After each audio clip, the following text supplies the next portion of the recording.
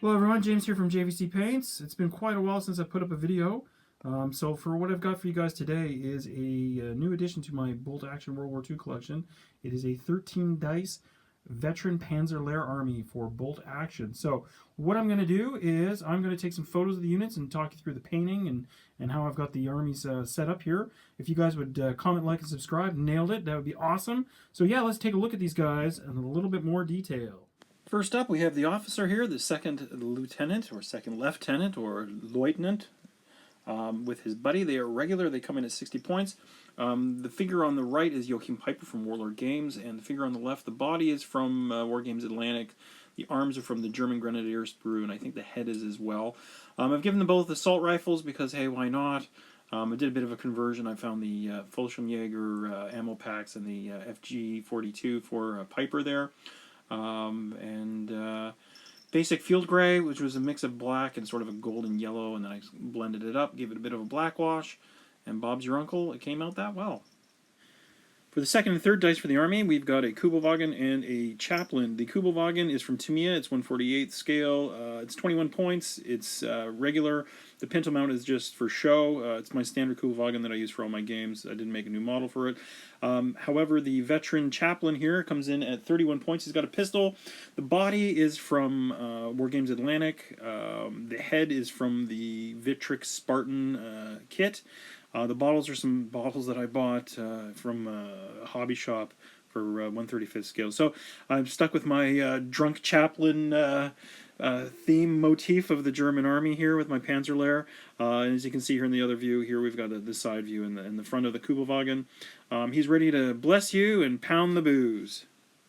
Let's take a look at the fourth and fifth dice of the Army. On the left here, we've got a light mortar team. They're veteran. They come in at 46 points. Those figures are from the Warlord Games Africa Corps set. I pilfered them for the use in this army. And on the right there, we've got a Panzerschreck team. I believe they are regular. They're in at 80 points. The heads are from the Africa Corps, and the Panzerschreck is actually from the Tamiya Hanomag kit, which you'll be seeing later. Again, just basic field gray uniforms here. I found that the Africa Corps heads were absolutely great for this project. They had a lot more character. As you can see as well, the map and the compass and the ammo crates and stuff like that for the light mortar team as well. It just added to the feel of it. The War Games Atlantic figure heads, I've used a few of them, as you'll see, but yeah, I got to give it to Warlord Games on these ones here because they kind of really sold it. I like the goggles as well because these guys be riding around in their open top vehicles and stuff. I just thought it was kind of cool. So yeah, let's take a look at the next dice here. Actually, we've got two dice here. We've got the truck in the back. That is a heavy fuel car. It's 27 points as regular. It is a Tamiya 1/48 scale Krupp Proz truck. It was part of my military wheeled vehicle group build entry from about 3 or 4 videos ago, maybe, around New Year. It'll be transporting these 6 guys here. They are veteran. They have 4 Panzerfausts and 4 SMGs. I've done some camo on these guys. I did the split pattern camo, and I give him the MCO, the black jacket and the little cap there. Him and the blonde guy there in the back, they are the War Games Atlantic heads. They turned out okay. They're not as good for detail though. But the idea is with this unit is I would whip them down the road, going 12 or 24 inches. On advance, have them jump out. They've got a lot of firepower, so if there's a tank, I could probably get all guys to come out. I could probably hit the tank on 4s. Hopefully, I'll probably roll 1s, but then they can go to ground and they've got their SMGs and they're tough fighters. So then they're just sort of in the enemy's face. It's very beardy, it's very cheesy, but it's something that I excel at when I play Bolt Action. So that's these guys here. 110 for the skies and 27 points for the vehicle. Sticking on the beardy and cheesy theme, here is a time-tested tactic that I've used with Bren carriers. We've got a 5-man section here with 2 LMGs. And an NCO with an SMG and a half-track with an MMG. The half-track is from Tamiya. It is a STKFZ 250/1, has an occupancy of 5 guys. The figures in front of you are all from War Games Atlantic. The NCO head and the blonde guy on the right, they are War Games Atlantic heads as well. The other ones are all from the Africa Corps. Yeah, same thing. You pick it. I have 13 dice, so hopefully I can pull this off. I'll have 2 dice at the end. Leave these guys kind of at the end. They zip up, machine gun you with the MMG on the front there. And then these guys hop out and they'll have 12 shots. You'll point blank. So they'll be hitting on 3s. You've got 2 from the NCO, and then you got 10 from the LMGs there. So let's take a look at something that's a little less cheesy. It's a beefier unit. Here we've got a 7-man section with 2 SMGs, an LMG, and 2 Fausts. It is a veteran. It comes in at 127 points, and they're riding around in an SDKFZ 251.